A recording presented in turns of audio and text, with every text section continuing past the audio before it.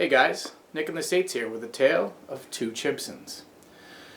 So I've been doing this for like 6 months or so, maybe 4 or 5, something. Between the whole purchasing my first Chibson Les Paul, which is what I like to call Stanley here, and then China Blue, which is the next one. And at this point, finally developing some opinions of just the whole experience and how it works out.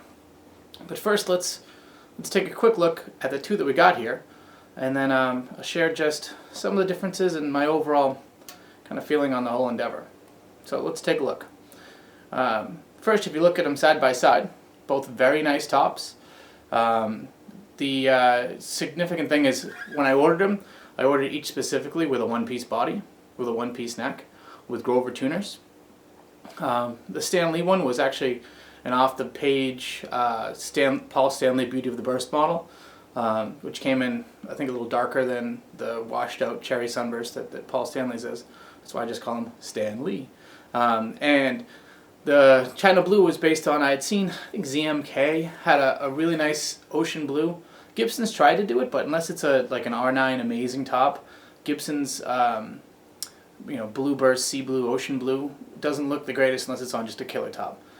So I saw that and I special ordered this to match that look, and from a color perspective it's just blown me away.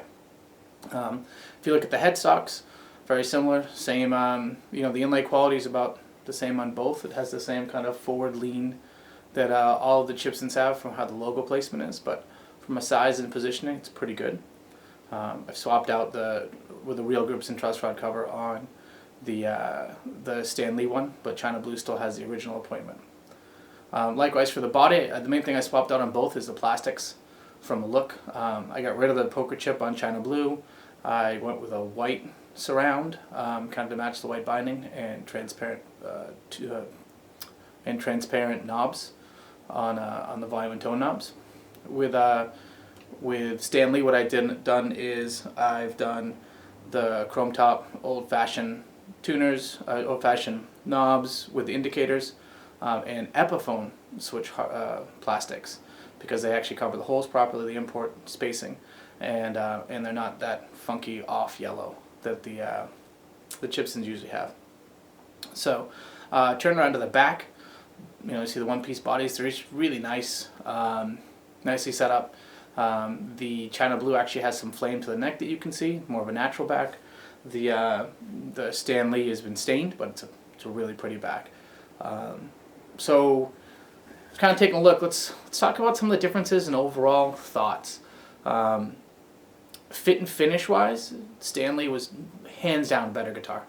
The edge work around the trim, just the whole, how the paint went on, how the shape of it's a better, more standard shape than China Blue is.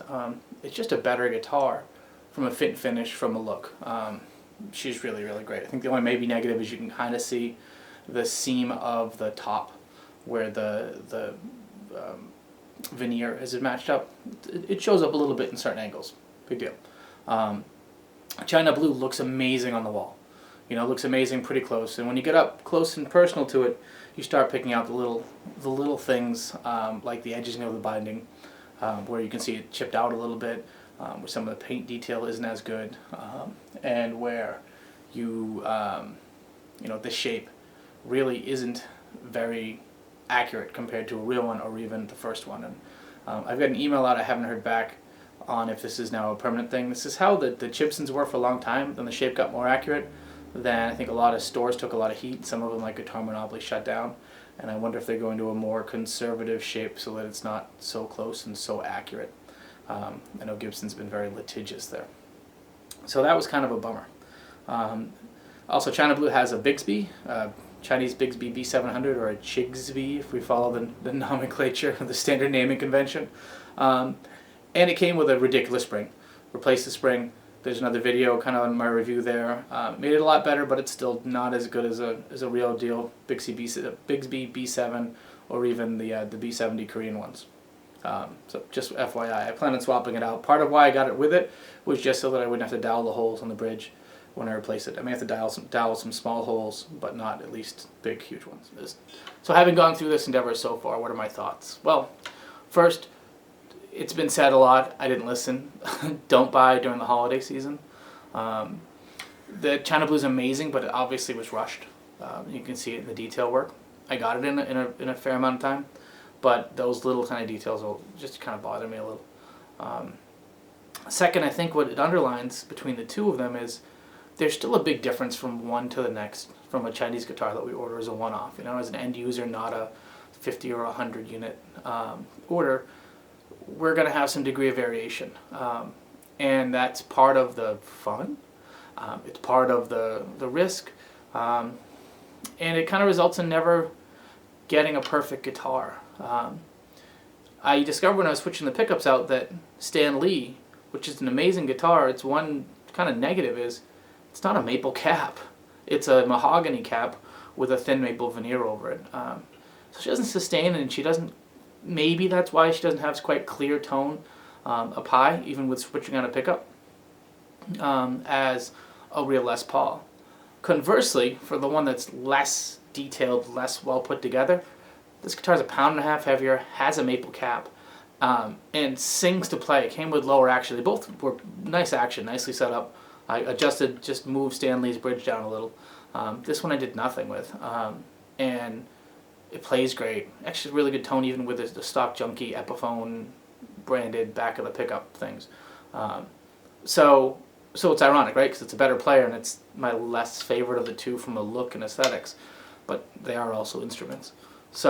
But I guess that's really the point of it is you're gonna have variation from one to the next, and much like the old J Terces when you'd buy them, you could pick up 20 of them and one might be amazing, and 4 or 5 might be passable to recommend to a buddy who's looking for a cheap guitar, and the rest are kind of junk. And I think the numbers are better, but you're still get a lot of variation from one to the next. So that's kind of it. There are links below to both of the unboxing videos and the reviews for each of these two guitars. And for my next steps, I think I'm going to custom order a Les Paul double cut, done up like a custom. Because I think that A, there isn't an exact one that's ever been done that I can say, oh, well, it's a little off because it hasn't been done.